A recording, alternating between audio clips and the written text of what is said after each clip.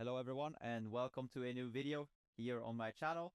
A bit of a different type of content today. I'm gonna explain how to handle cold tires in the best way you can on the GTP, on the new tire model. I think we had pretty solid pace early on in the Sebring 12-hour race. So I'm gonna use an example from the start here, but also talk a lot about how I prepared myself for the event on how to handle the cold tires and get the most out of them. We found, that if you learn how to handle the cold tires in a good way, you can actually gain a lot of time, not just in the start, but every stint when you change tires, you can have an advantage every time. I spent a lot of my preparation, over 5 hours of the preparation for sure, just doing out laps. Let's get into the video here and the example. So see you there. All right, so here we are then on the Sebring 12-hour event from this year. I'm gonna use the first lap here only as an example. I think personally, if you learn how to master the first lap, you'll be able to do lap 2, 3, 4, 5. It just gets easier and easier and easier. I'm gonna put some main things to think about here. Number one, I'm gonna talk about the brake. The brakes work the exact same way on cold tires. The only difference is you gotta learn how to hit exact levels. For example, on lap 1, you cannot hit 100% obviously on the brake like you can on hot tires. You gotta learn or find where the limit is in practice. Let's say you lock up at 70%, then you gotta learn how to every time on cold tires hit 68 or 69%. Trade braking is the exact same, but the peak is very different, and you just gotta learn how to hit a different level each lap and really program it into your muscle memory, basically. So that's the first, number one thing. The second thing is the steering input, how to handle that. It's basically the exact same as when your tires are hot. You just have to be a lot less aggressive. You gotta be very smooth. Any sudden movements in the steering wheel will really increase a chance of a lockup or a snap.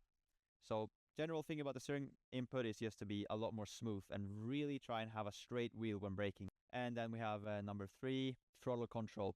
For what I did for the event was really to stiffen my throttle pedal, to become one with the throttle, because it's very hard to try and program into your muscle memory to feel right before you're gonna get a snap in iRacing. The only feedback you get from the sim is the force feedback for the wheel. You don't feel any other forces in the car, which helps you prevent the snap you get. So what you really have to try and do is become one with the throttle pedal. As soon as you feel the slightest snap in the rear on exit of a corner, you have to lift off. Or as soon as you feel like, oh, I'm taking a little bit too much speed. Because on cold tires, if you get a snap, it's over. You just spin out, A lot of people say you can use higher traction control, traction control, TC gain, TC slip, to try and prevent stuff. And yeah, it can be safer, but for me, I wouldn't use it at all. It makes you go a lot slower. It will constantly come in and prevent those slides, and it's gonna slow you down a lot on exits. But quickly, just gonna go through this lap here, and to show you guys what I was thinking here. If you look at my brake here now, I'm gonna be able to hit peak around 60% for the first corner. That was right under where the limit was. Turn 2, it's gonna be around 60, 70 as well. Peak pressure, that wasn't the greatest braking, but you can see that I'm really hitting the exact peak of what the tire can handle when they're cold. Tires are still very cold now coming into hairpin here. Obviously, you have a lot more downforce coming into this one, and you're straight, so you can use a bit more force on the brake pedal. But you're gonna see I'm peaking around 75, 80% here, which is right under where the tire would lock, and I would crash out. So how I mastered it was really, like I said in the beginning of the video, hitting exact percentages of the brake. And then here we're coming into a really hard section on the exits, and you're gonna see my throttle control here. I'm working on preventing slides here. So on throttle, you really want to try and always be a little bit under the limit rather than too close to it or over it. Really careful on it here. You see the guy ahead gets a snap here, and you lose you see again, you lose so much time on cold tires when you get those snaps, or you might as well crash out. So the throttle, be really smooth on it.